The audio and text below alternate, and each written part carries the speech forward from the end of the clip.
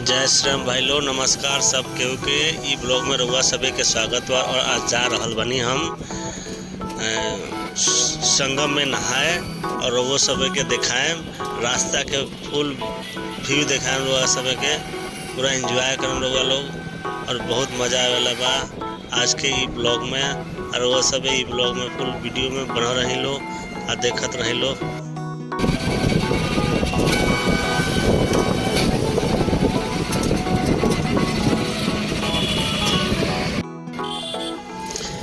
मंदिर से होते हुए गाड़ी आगे बढ़ रहा बिया और वह सब फुल एंजॉय करी। देखी जितना भी गिट्टी बालू रखल बा सब काम चल रहा बा, रोड के दिन रात काम चल रहा बा जबरदस्त वाला। ये देखिए एकदम चकाचक। ई है प्रयागराज के ईसाई चर्च, ठीक बा। यहाँ के चर्च है, जितना भी एथी वालो वो सब खाते जा रहा बा रोड संगम के तरफ, गंगा जी के तरफ। जबरदस्त एंजॉय करी, मजा ली, व्यू देखी, बहुत मजा वाला बात।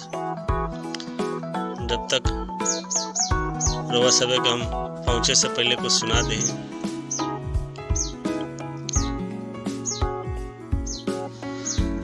चांद के जैसन रूप बा तोहर, बाले बारिश नियन, संगमरमर जैसन चिकन जवानी, लागेला गुर बदन, का बनौले तोहरा के भगवान, देखी तरसेला मन।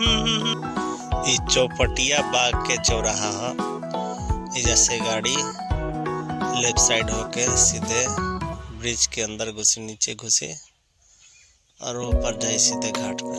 ब्रिज देखिए कितना सजावट भइल बा, यहाँ पे तरह तरह के डिजाइन बनावल बा। रेलवे ब्रिज है ये प्रयागराज रेलवे स्टेशन के तरफ जाला। इतना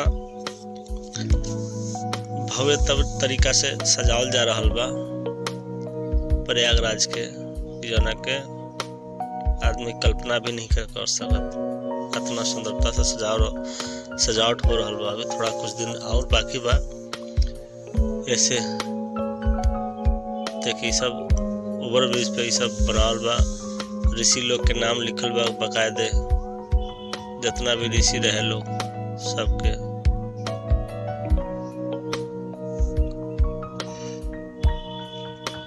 यहाँ हमने के शायद रेड लाइट थी बड़े बस रुकला के वजह से थोड़ा सा रुके के पड़ल हमने के। भाई लोग वीडियो में बहुत मजा आवे वाला बा, रउआ सबे नजर बनैले रही। और ये देखिए जैसे नज़ारा स्टार्ट हो चुकल बा, कुंभ मेला के लेके फुल तैयारी चल रहा बा। ऐसा देखिए बाएं साइड में 3 सेट लागल बा, जे पुलिस वाला लोग रही लो एजा लाखों के संख्या में। और दाहिने बाएं चारों तरफ ये सब दुकान लागल बा, एकदम तैयारी अब चल ही रहल बा। बाथरूम के सिस्टम बा, जे भी भक्तगण हो जा नहाए वाला श्रद्धालु आई वो नहाई धोई।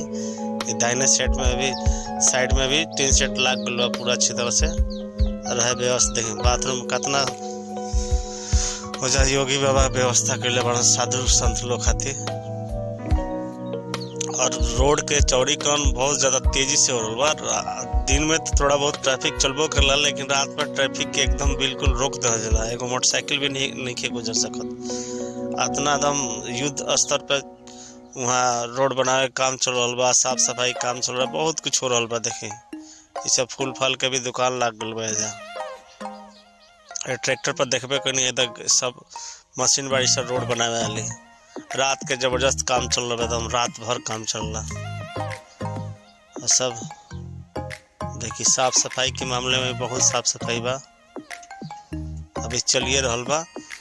14 जनवरी से कुंभ मेला स्टार्ट हो जाए या 13 जनवरी से, तो यही के चलते सब तैयारी चल रहा बा। अभी देखा तनी 3-4 तरफ से रोड बन रहा है एकदम कि केहू के आ जाए वाला श्रद्धालु लोग के दिक्कत ना हो।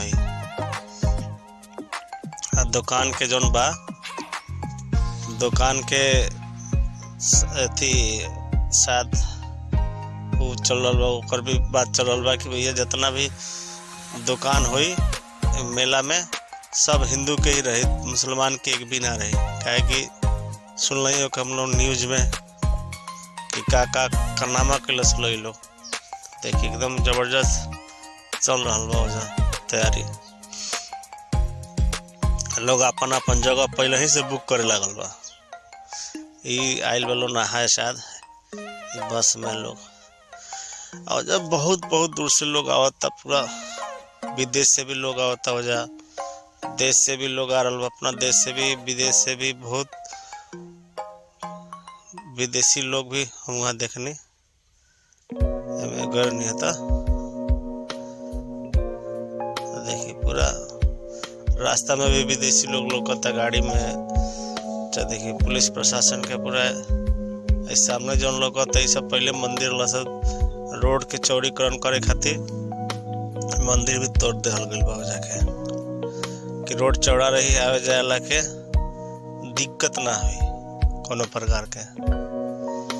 ये देखिए एने से भी लेफ्ट साइड से भी रास्ता रहल बा और सामने से देखिए कितना शानदार नज़ारा। रउआ सब अब आ चुकल बनी प्रयागराज के यहाँ संगम घाट पे। अब जैसे संगम घाट स्टार्ट हो जाए, देखिए सामने कितना तैयारी चल रहा है, कितना टीन सेट लगल बा साधु महात्मा के रहे खातिर।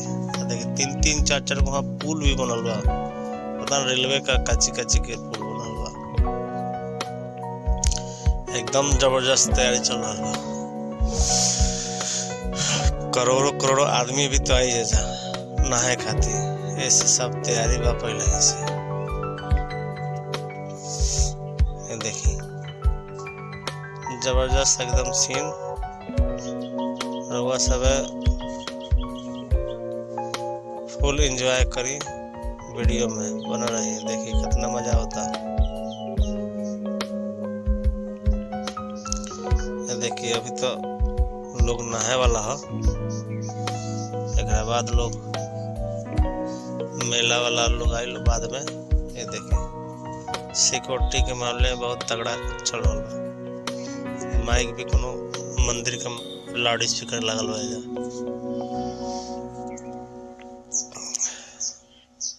ये देखिए जितना स्ट्रीट लाइट लोकता, खंभा लोकता बिजली वाला, ये सब पे कैमरा लगल बा सिक्योरिटी के लेके, सेफ्टी सिक्योरिटी के लेके कैमरा लगल बा जबरदस्त एकदम। अब पूरा एथी में लगल बा, पूरा घाट पर लगल बा चारों तरफ एकदम झकाझक, कोनो एथी नहीं है, पूरा फूल लगल बा।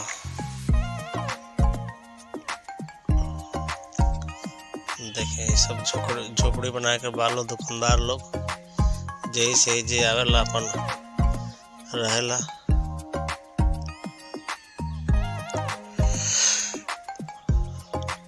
देखिए टैक्स यहाँ सुलाता, पता नहीं कोना प्रकार का टैक्स है, रंगदारी टैक्स है, काची टैक्स है, और टैक्स सुलाता नहीं के ड्राइवर से भी टैक्स सुलाए लोग।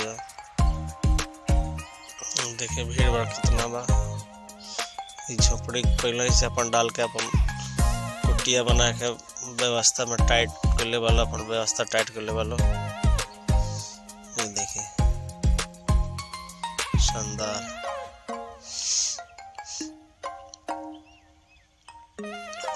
जितना स्ट्रीट लाइट लगल, जितना भी लाइट लगल बा यहाँ सब पे कैमरा बा कि एक भी शरारती तत्व हरकत कर लो तुरंत पकड़ा जिलो। देखिए बहुत बड़ा इलाका बा, ये काफी बड़ा घाट बा। नहाए वाला सीन अगला ब्लॉग में दिखाएं, बना रही लो वीडियो में।